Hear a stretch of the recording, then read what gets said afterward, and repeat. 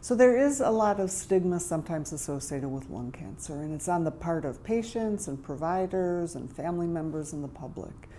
And because of this stigma, we worry that patients are not getting the optimal treatment, that patients are not being as aggressive as they should be in terms of seeking out the best treatment. And I think one of the things the breast cancer experience has showed us is that you have to be aggressive in terms of your own health care. And so we need to get over that stigma.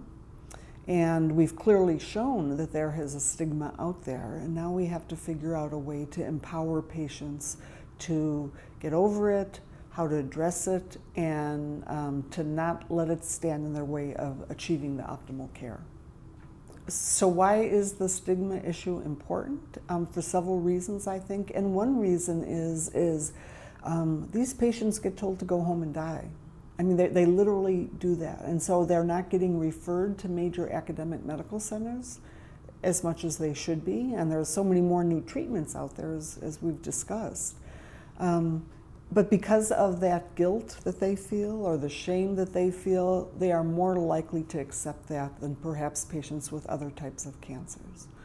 And I do think that they may present late because they do feel guilty, they do feel ashamed, and they're just, I think, more afraid to advocate for themselves. We have thought a lot about the best way to get the word out there type of thing.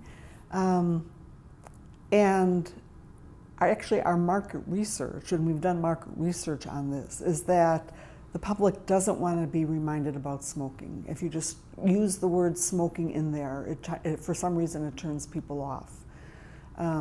You would think that talking about never smokers or non-smokers would be something that would turn people on, but since the majority of patients have smoked, by talking about non-smokers, somehow you may be stigmatizing the smokers. So we actually have a research project going on right now in terms of stigma and the best ways to both get around it and as well as to empower patients. Because patients, I think, have to be able to react and effectively when they're asked that question, and they always get asked that question, well, did you smoke?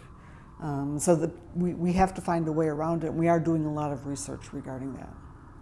As smoking rates decrease in the United States, thankfully the incidence of lung cancer is going to go down, but it's not going to go away altogether. If you look at the number of lung cancers in the United States that occur in people who have never smoked, it's the 6th most common cause of cancer deaths in the United States. People who have never smoked who come down with lung cancer. So it's not going to go away immediately. Plus, lung cancer occurs in people who have generally smoked for a long time. So even if everybody quit today, we're still going to be dealing with this for the next 20 years.